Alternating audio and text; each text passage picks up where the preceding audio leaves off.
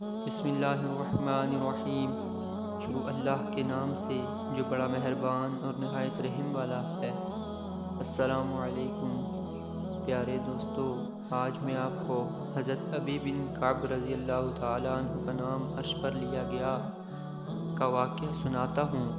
حضرت انس رضی اللہ تعالیٰ عنہ فرماتے ہیں کہ ایک دن رسول اللہ صلی اللہ علیہ وسلم نے حضرت ابی بن کعب رضی اللہ تعالیٰ عنہ سے فرمایا، اللہ تعالیٰ نے مجھے حکم دیا ہے کہ میں تمہارے سامنے قرآن پڑھوں۔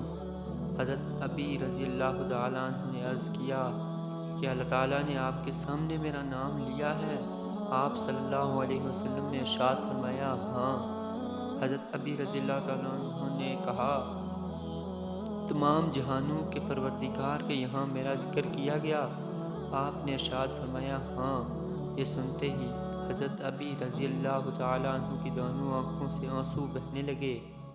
اور ایک اور روایت میں یوں آتا ہے کہ حضرت محمد صلی اللہ علیہ وسلم نے حضرت ابی رضی اللہ تعالیٰ عنہ سے فرمایا، مجھے اللہ تعالیٰ نے حکم دیا ہے کہ میں تمہارے سامنے اللہ تعالیٰ کا کلام پڑھوں، قرآن پاک کی تلاوت کروں۔ حضرت ابی رضی اللہ تعالیٰ عنہ نے عرض کیا، کیا اللہ تعالیٰ نے میرا نام لیا ہے؟ آپ صلی اللہ علیہ وسلم نے ارشاد فرمایا، ہاں۔ یہ سنتے ہی حضرت ابی رضی اللہ تعالیٰ عنہ رو پڑے۔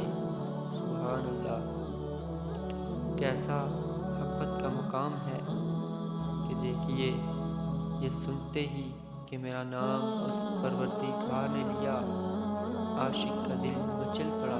اللہ پاک سے دعا ہے کہ اللہ پاک ہمیں بھی نیکی کے کام کرنے کی توفیق عطا فرمائے اور دین کے رستے پہ چلنے کی توفیق عطا فرمائے اور برائی کے کاموں سے بچائے۔